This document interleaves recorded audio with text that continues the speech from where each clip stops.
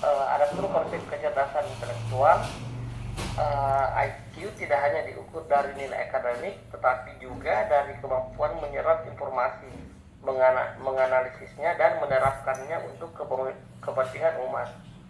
Pemimpin dengan IQ tinggi ini mampu membaca situasi dan merumuskan strategi, menyampaikan gagasan dengan jelas dan bernas, kemudian mengelola konflik dan membangun konsensus. Adapun dalam Islam, kecerdasan intelektual juga mencakup hikmah atau kebijaksanaan, yaitu kecerdasan yang terarah untuk kebaikan. Kemudian karakteristik pemimpin Islam yang intelektual itu ada 4. Yang pertama, memiliki ilmu luas dan mendalam, di mana baik itu agama maupun ilmu dunia, politik, ekonomi, dan sosial. Yang kedua itu berpikir kritis dan rasional, tidak mudah terprovokasi, berpikir jernih dalam tekanan. Yang ketiga adalah ijtihad dan inovasi, yaitu mampu merumuskan solusi baru dari dasar-dasar syariah. Dan keempat, memadukan akal dan wahyu, di mana tidak anti logika tetapi selalu menjadikan wahyu sebagai rujukan utama. Saya kembalikan ke moderator. Terima kasih. Terima kasih Pak Asyari. Berikutnya saya persilakan kepada Pak Andi Palawagau. Selanjutnya teladan Nabi Muhammad Sallallahu Alaihi Wasallam. Itu adalah Piagam Madinah. Piagam Madinah itu adalah konstitusi tertulis pertama di dunia, menunjukkan kecerdasan dalam mengatur hubungan antar agama dan suku. Yang kedua adalah perjanjian Hudaybiyah. Diplomasi cerdas meskipun tampak merugikan, justru membuka jalan bagi penakluk damai Mekah. Terus yang ketiga adalah sistem pendidikan Islam awal, mengorganisasi ilmu, penghafalan wahyu dan dakwah secara sistem. Terus yang terakhir adalah manajemen konflik antar sahabat, menunjukkan kebijakan tinggi dalam menyatukan umat. Slide selanjutnya, ya. Terus yang berikutnya adalah Khulafaur Rasyidin. Jadi ada beberapa ini ya. Yang pertama adalah Abu Bakar As-Siddiq. Itu adalah keputusan strategi memerangi nabi palsu dan menstabilkan negara pasca wafatnya Rasulullah. Terus yang kedua, Umar bin Khattab, inovator administrasi, membuat struktur Baitul Mal, pajak, surat-surat negara, bahkan sistem pos.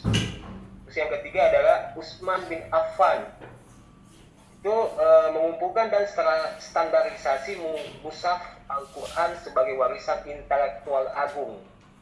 Terus yang terakhir adalah Ali bin Abi Thalib.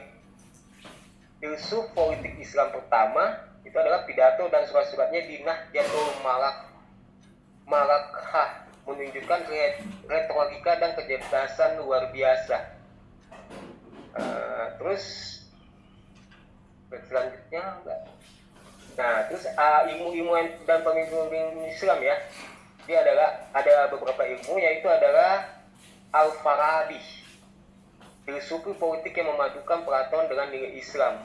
Terus yang kedua adalah Ibnu Sina, bapak kedokteran modern, menunjukkan bahwa pemimpin muslim dapat unggul dalam ilmu eksakta. Terus yang ketiga adalah Al-Ghazali, menggabungkan filsafat, syariah, dan tasawuf untuk memperkuat intelektualitas umat. Jadi mereka adalah contoh pemimpin pemikir yang berfondasi keilmuan dunia Islam. Ya, saya kembalikan ke moderator. Terima kasih Pak Andi Palawagau.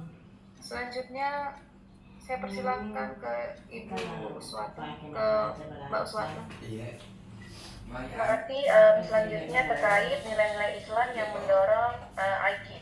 Yang pertama yaitu Iqra atau atau Bacalah, di mana Iqra atau Bacalah ini adalah wahyu pertama yang menegaskan pentingnya literasi dan pengetahuan.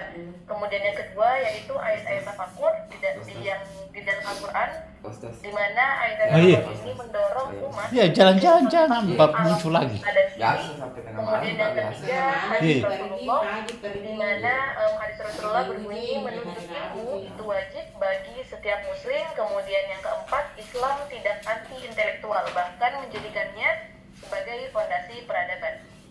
Selanjutnya, relevansi masa kini. Yang pertama, dunia modern penuh dengan kompleksitas, di mana kompleksitasnya yang pertama teknologi, ekonomi global, dan geopolitik, sehingga pemimpin Islam saat ini harus mampu membaca data dan berpikir secara sistematik. Yang kedua, mampu menjembatani perbedaan ideologis. Yang ketiga, tegas dalam prinsip, cerdas dalam strategi. Contoh pemimpin masa kini yang pertama itu Mahathir Muhammad, yang kedua kemudian Recep Tayyip Erdogan dan Anwar Ibrahim, tetap dengan pro dan kontra masing-masing. Selanjutnya, Pak.